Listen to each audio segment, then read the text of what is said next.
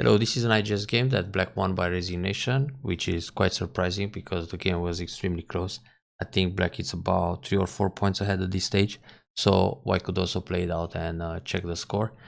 But white fell behind from the beginning, especially after he died in the top right corner. Then also the group on the right side almost got captured, but eventually white escaped with a Seki. So black kind of had the upper hand most of the time. Let's check it out. Very tactical game. So we have Komokus, then the classic low approach.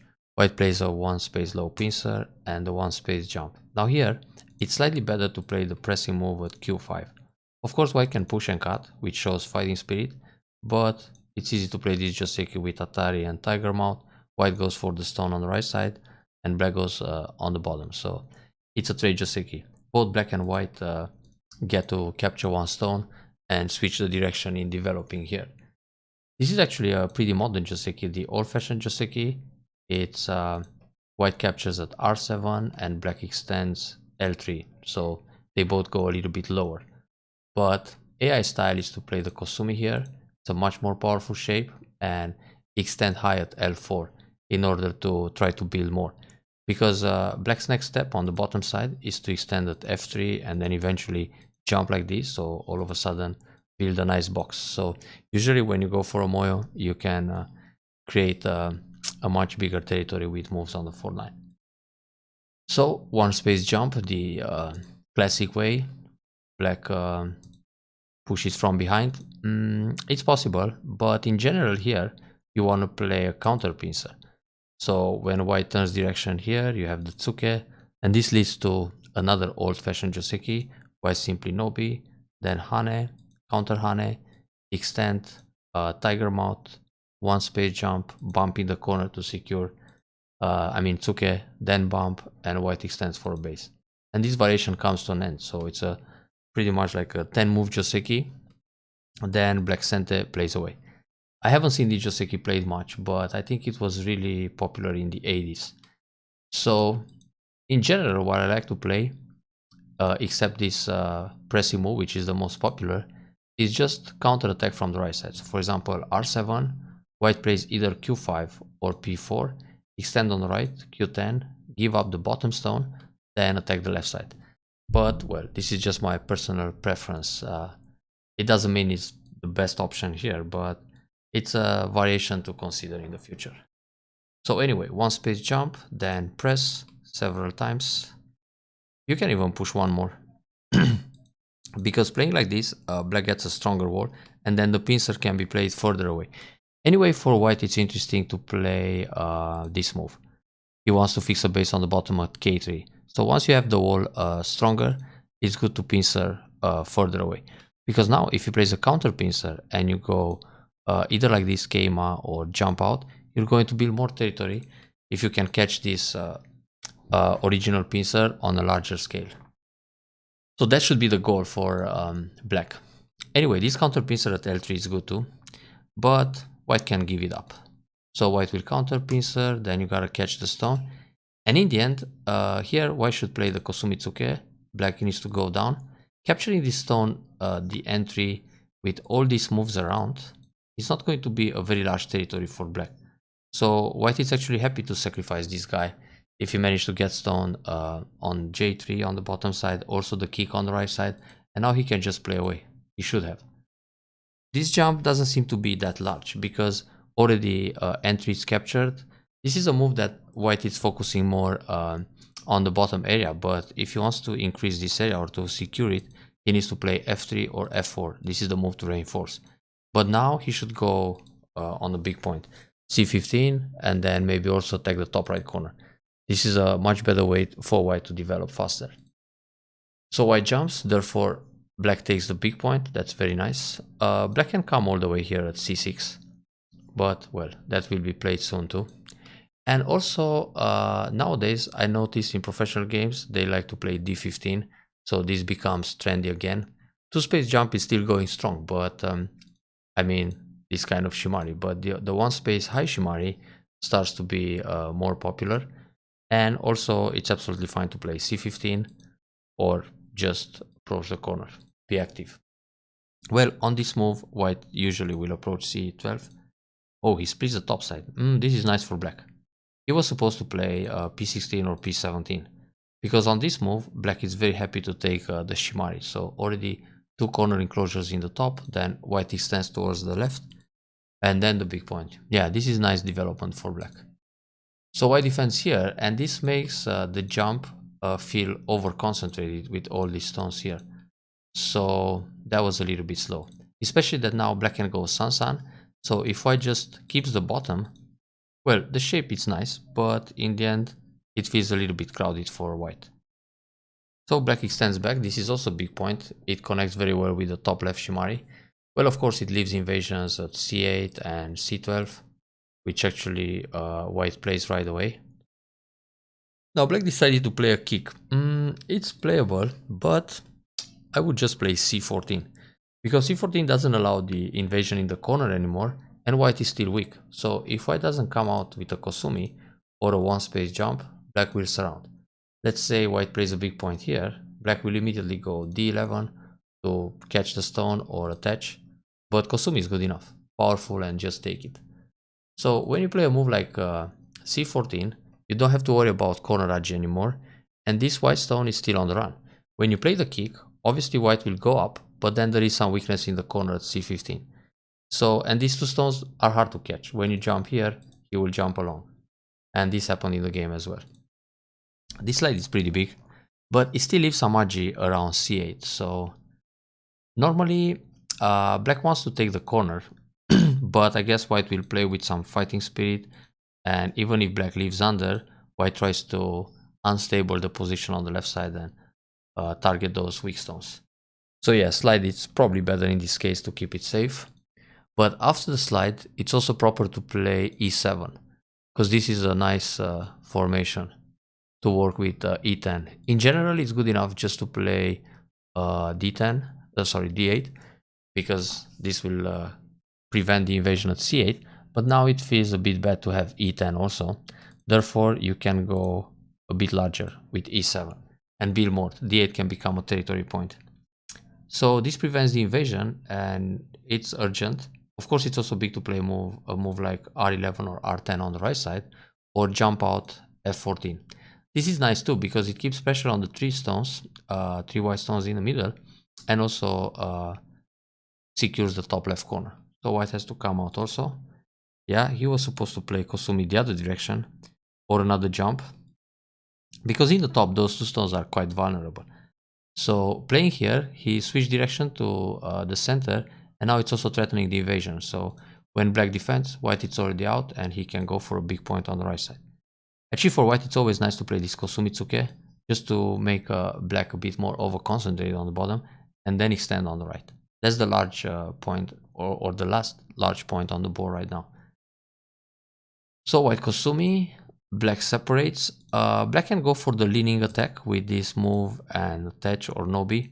So it's not necessary to block when you can lean on the top stones, and if white tries to resist, you pull back. White still needs to connect under, and this already separates the top group from the one on the left side. So these are baby steps, but anyway, push is good. It's powerful, because if black plays away, white can surround and connect his groups. Why not separate?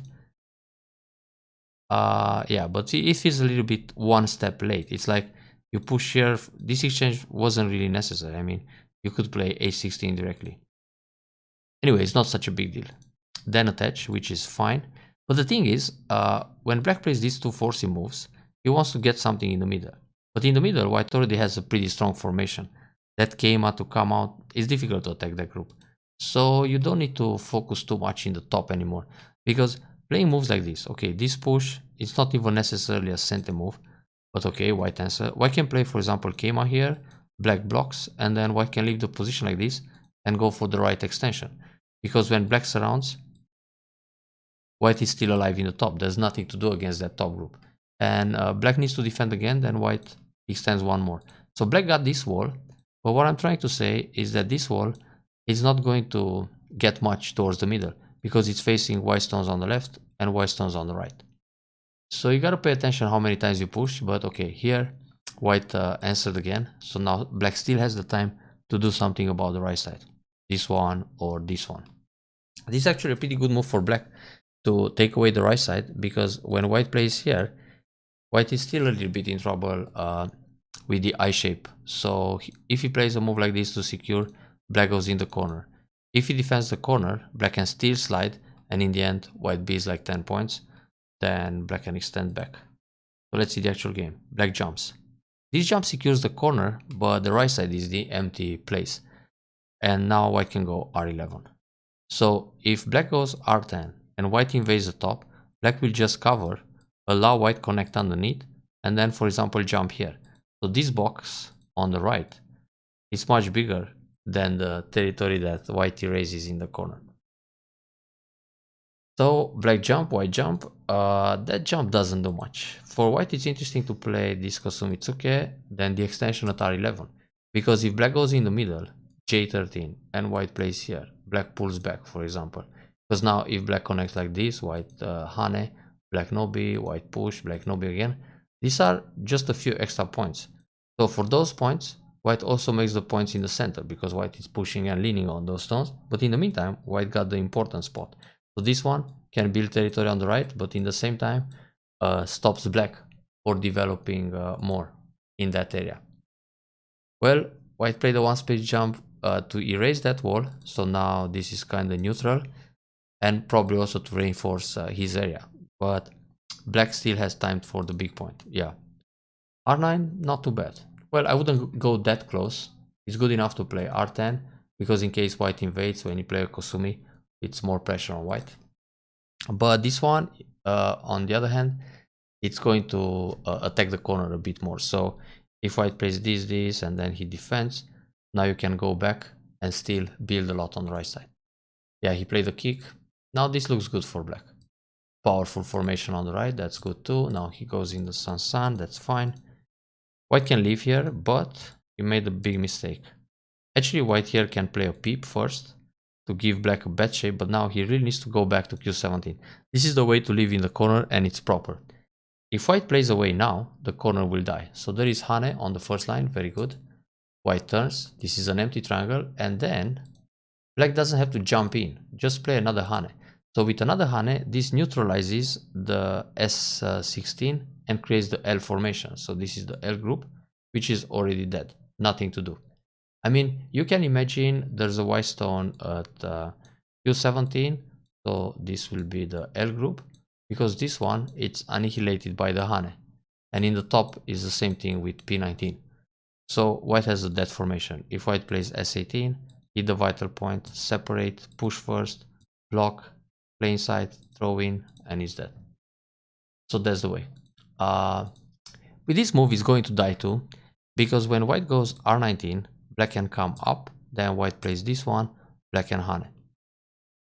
But the style of killing, it's always Hane Hane to create this L formation. Many times when you play inside, there's a risk that you give your opponent more eye space. For example, white can block here. Then if he also gets S18, it might be a problem. So you need to play S18 or the Hane.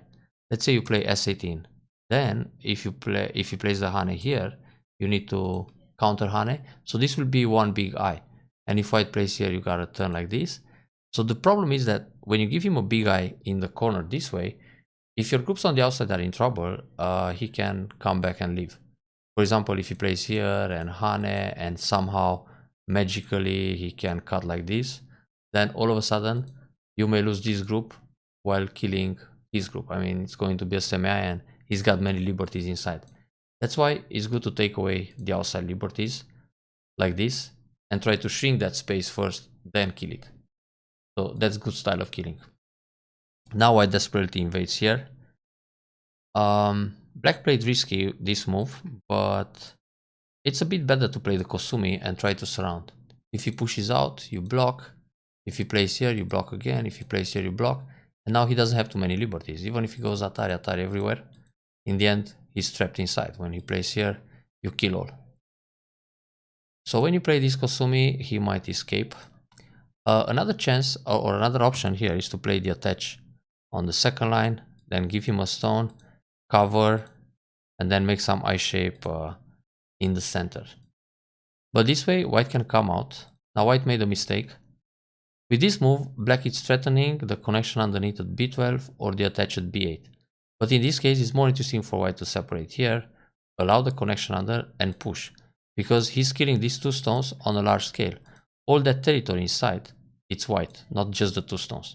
So allowing this connection, which gives black a few points, I mean, black will make all these points on the first line, like 4 or 5 points, because he just connected. It's a good deal for white. I mean, taking all the corner for a couple of points should be better. But like this, black connects under and white failed. So black leave very comfortable. Now here, there's a better way. Should go for a sacrifice. Play a Hane, because white obviously will cut. Of course, black can push here anytime, but this is better to use it as a code red. Now play Atari from behind to reduce his liberties. Already gives a lot of eye shape, and then push through. Of course, he might play Atari here or a net-like move, but then you push inside, then you can push again and push again. If he blocks, you have Atari, Atari, defend. Lots of troubles for 08. You can jump here first and then try to kill the corner. But even if you don't kill the corner, just going inside by sacrificing, it's already a nice sequence, because it reduces most of his territory in center. So this, Atari to create damage summary, and this one. When double Atari, you can just push, because it will create a squeeze play. So if he protects against the cut, you have Atari, Atari from behind, and then jump. So this nice territory that white built in the actual game is going to disappear. That's the style. Push. That's a bit too much. Black is a little bit thin in the top to try that kind of cut. If black would be, for example, having a stone here, then maybe something in the top around here. Now it works to try to cut, so white should pay attention and protect. Because if white is still busy to build the center, black will push, wedge, and then cut left, right. When white pushes here, you pull back, block, and kill everything.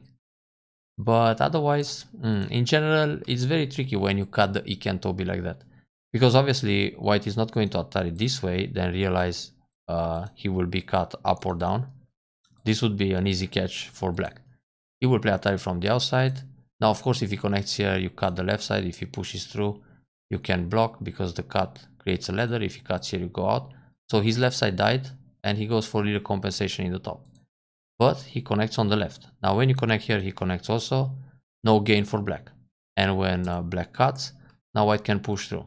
And this can be a headache. So white is out, and black got some problems in the corner. But right now, black should play a double Atari and connect in the center. And of course, if white plays Atari from behind, you no-B or you catch the stone. I guess the no-B is better here. Because when you capture, he plays Atari again, you need to capture again. Then he can go on a counter attack with the peep. This can be dangerous. So finally, compromise combination and give up the stones.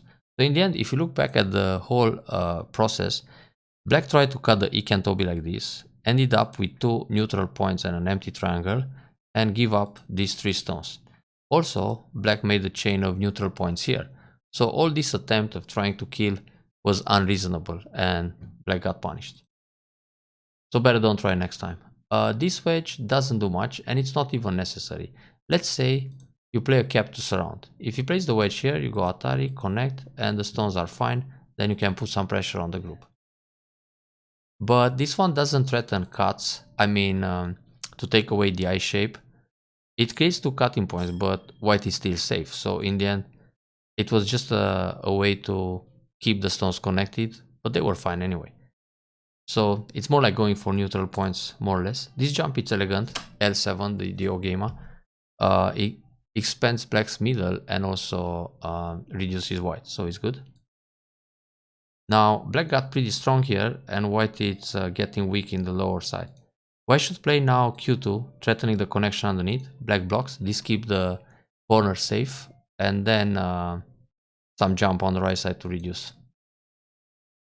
So let's see how this group on the right almost died. Suke here was good. White was supposed to play Hane. Then on this move, counter Hane or pull back, black goes down. This is safe for white. Nice for black to keep the corner like this and almost kill everything. Go down, very good. This turn creates some cutting points. White can cut here first. Or just Hane, which he did. Yeah, and then cut. This cut is also very annoying. Black needs to do this, but only for later endgame. So connect, that's fine. You try to surround. You went down, that's good. Yeah, now white has to play the proper move, which is S6. This will be alive. If black pushes through, just block and it's fine. If black plays here, cover like this. So Hane, and this was super risky. Actually, you don't need to block that move. You can just push through, because anyway there are no eyes on the first line if he plays T10, T11 and so on, if he goes inside. So once you push, he needs to block, because if he goes down to the vital point, you push again, and then you kill him in one move. There is no way out on in the middle. This will be surrounded and killed anyway. So let's go back. Oh, actually it works, yeah.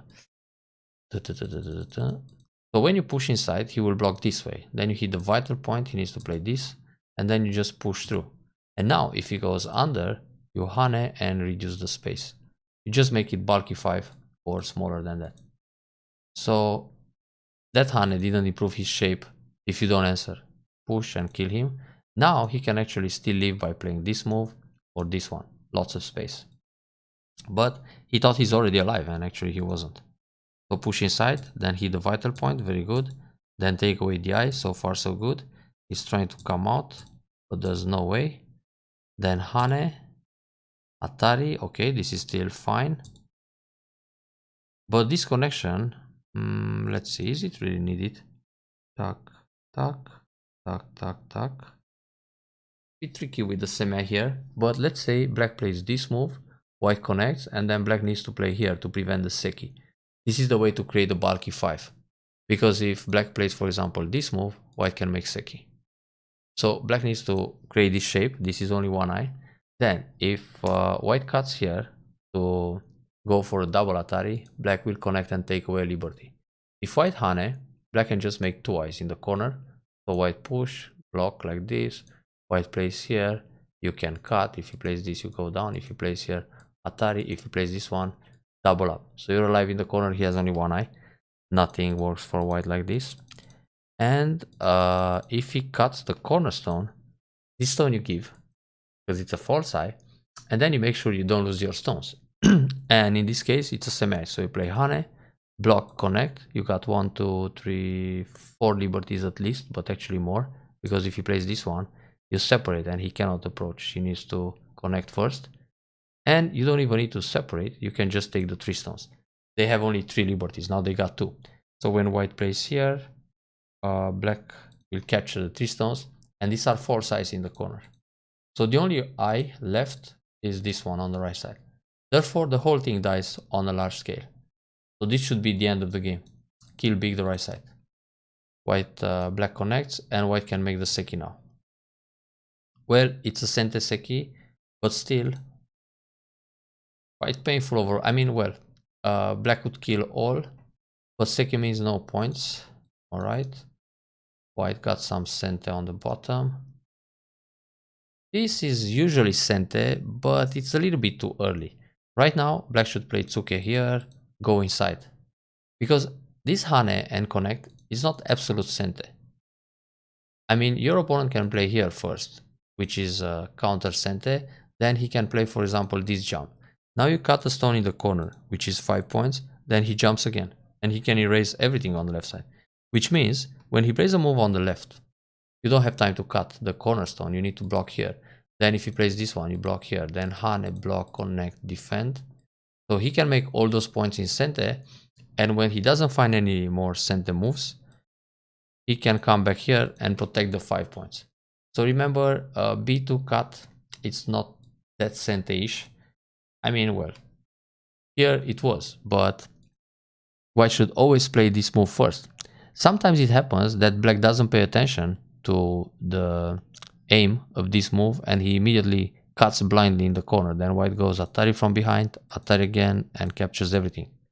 So the timing is white plays here, black connects, and then white can protect the corner like this, or like this. And of course the best way is to connect solid, no more cut threads, but he can also play other things and bait black into taking a stone, which is 5 points, and kill the rest of the board. So it's delicate when you play the Hane at a3. Anyway, black should not be in a rush to play this Hane, because usually white doesn't want to go down here too early just to make sure black is not going to get it. So most of the times black will still find the right timing to play a3, but right now it's good to erase the center a little bit and then come back to this Hane. So don't play it too early, because it's not always sent. Well, here it was. And this is not so great. You better play the tsuke. If white cuts one stone, you can play the bamboo, then he needs to play something to keep the center, push inside. On this move Hane, if he cuts, Atari, boom, catch some stones. You can erase more in the center if you play the tsuke than if you let him go up. That's why it made the game very close. Monkey jump, but this was gotish. Ah, big.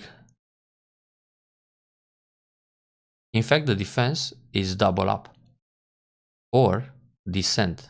Of course, white can Hane in the top, and then this will happen. But if you play the jump, then he Hane on the first line, and you got a Nobi. So when you play the double up, now he has this move you play here, but later you can descend at a16 center. Anyway, that gives I shape, and this time you gotta play just Nobi, because if he pushes again, you go Atari, and you save 1 point. If you play this move, it's 1 point less, and white can jump in the corner. If you start a ko, it's very dangerous, it can backfire, and if you play here, now you have one eye, so you need another move to create the second eye. And this is super tough, because if the group loses the eye in the center, white can play Atari here and force the second eye. But in this case, black can do this, and this. Oh, that's not even that easy, huh? Hane. Oh, it may die. Wow, dangerous. So gotta play this one to keep the eye shape. But yeah, the white separates,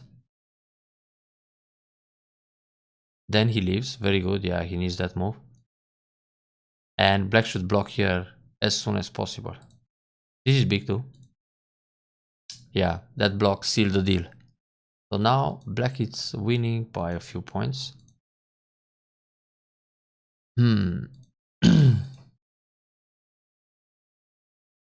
Fine, that was 1 point. This is too early. White doesn't need the move.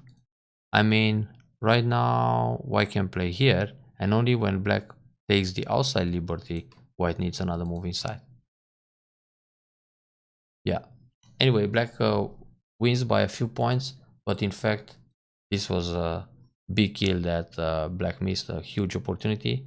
And also, timing here, it's always delicate. Enjoy the review and win more convincing next time.